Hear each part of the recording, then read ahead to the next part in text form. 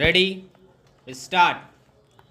You have rightly stated that the principle of this bill has been unanimously accepted by the House and most of the relevant points have been made out, and that no time of the House should be taken by repeating the same points again and again.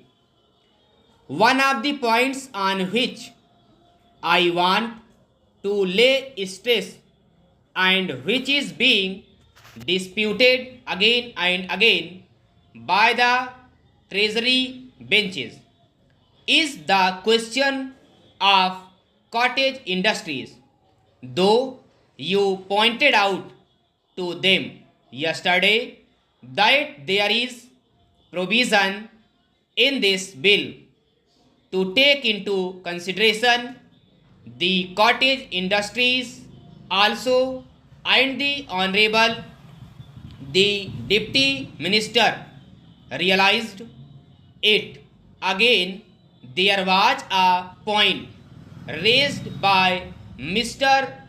Sidhwa today, and the honorable speaker who was in the chair at the time said that the scope of the bill is confined only to the consideration of protection to industries as against foreign industries, that is, to give protection to the indigenous industries as against imported goods, and the question of cottage industry does not come in here.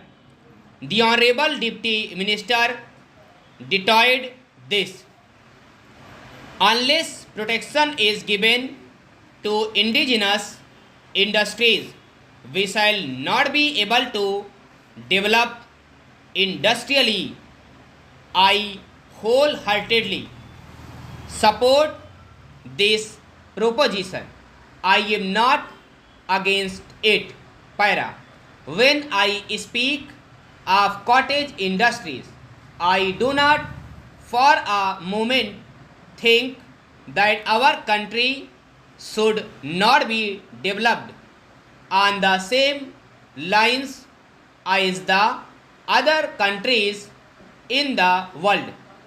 I want that every villager should have the same amenities that we sitting in this house have. Every villager should have these furnitures, fittings, houses, and so on. The only thing is that the existing economy should not be disturbed and sacrificed before substitute arrangement is made.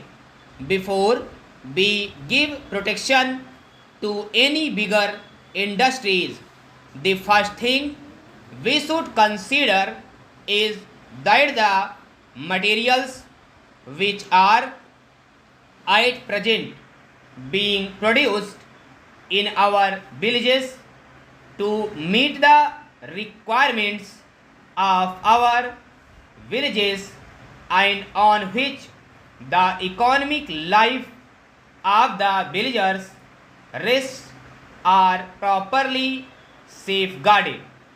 We should see that we have sufficient quantity of consumer goods to meet the necessities of all people in the country, and nothing is done merely in the interest of 10% of the people at the sacrifice of existing village economy before making sure of some better substitute. I find that at the present moment our attention is confined to the amenities and requirements of a portion of the population only.